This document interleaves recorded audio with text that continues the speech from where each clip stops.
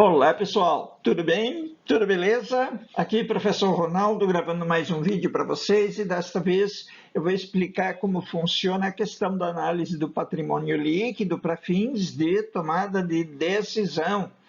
Bacana?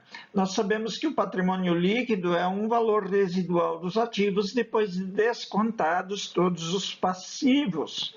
Mas como analisar isso? Como analisar esses valores, esses números que estão no patrimônio líquido? Hein? Então vamos lá. Subclassificação do patrimônio líquido. Vocês viram que a definição do patrimônio líquido é um valor residual dos ativos depois de descontados todos os passivos.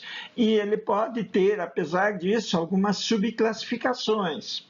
Por exemplo, recursos aportados por sócios, reservas resultantes de apropriação de lucros e reservas para manutenção de capital podem ser apresentados em separado lá no patrimônio líquido. E aí você tem que olhar para esses valores e entender o que cada um desses valores significa.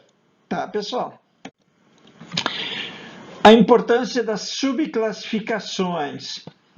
Vejam, os usuários das informações contábeis podem perceber algumas restrições legais ou de outra natureza sobre a capacidade que a empresa tem de distribuir ou aplicar de outra forma os recursos patrimoniais. Podem também pensar o seguinte, que os acionistas, cada acionista tem um direito diferente de receber dividendos ou reembolsos de capital. Então, cada acionista pode ter, por exemplo, uma TMA diferente, uma taxa mínima de atratividade diferente. Então, se eu chegar numa grande empresa que nem a PEMAS e falar, olha, eu entro na sociedade com R$ 1 milhão, mas eu tenho uma TMA de 8% ao ano, essa empresa já vai saber, se eu comprar títulos dessa empresa, ela já vai saber que é 8% ao ano de dividendos que eu quero. Beleza? E aí vai depender do estatuto daquela sociedade. Tá bom, pessoal?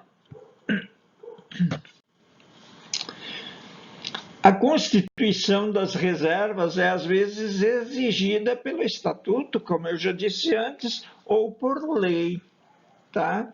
E por que isso? Porque a entidade e os credores têm uma margem maior de proteção sobre os efeitos de prejuízos que podem acontecer. Então, todos os lados, tanto a empresa quanto os acionistas ficam protegidos, tá, pessoal? Outras reservas podem ser constituídas em atendimento às leis que concedem isenções ou reduções nos impostos a pagar, quando são feitas transferências para tais reservas. Tá? Então, quando acontece isso, pode ser que a empresa esteja fazendo para se beneficiar de alguma isenção.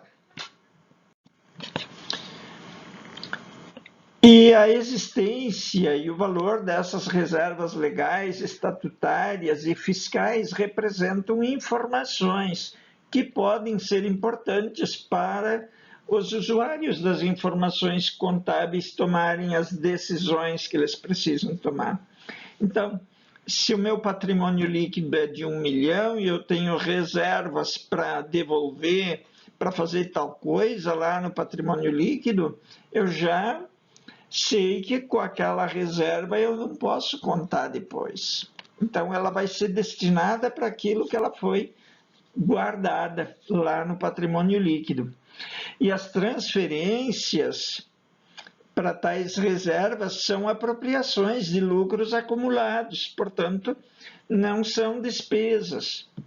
Percebem, pessoal? Então, lucros acumulados são transferidos como um tipo de reserva lá no patrimônio líquido e você não pode mais contar com aquele valor para outra coisa, ele vai ficar guardado para o seu destino específico. Pessoal, quando eu olho para o patrimônio líquido de uma entidade num balanço patrimonial, eu sei que aquele valor que está lá no lado direito, embaixo, esse valor apareceu ali porque ele é a diferença entre o ativo e o passivo, mas aquele valor também vai depender muito de como os ativos e os passivos foram avaliados, como eles foram mensurados. Tá bom, pessoal?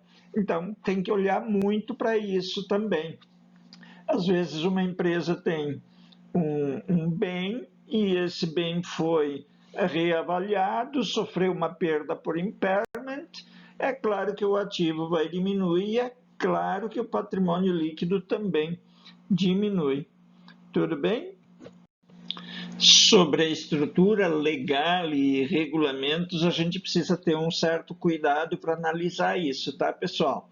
Por exemplo, quando a gente fala de Petrobras, Google, Magazine Luiza, essas empresas seguem regras estabelecidas já, e quando você vai comprar uma ação dessas empresas, tu já sabe se a empresa distribui dividendos ou não e quanto de dividendos ela vai distribuir.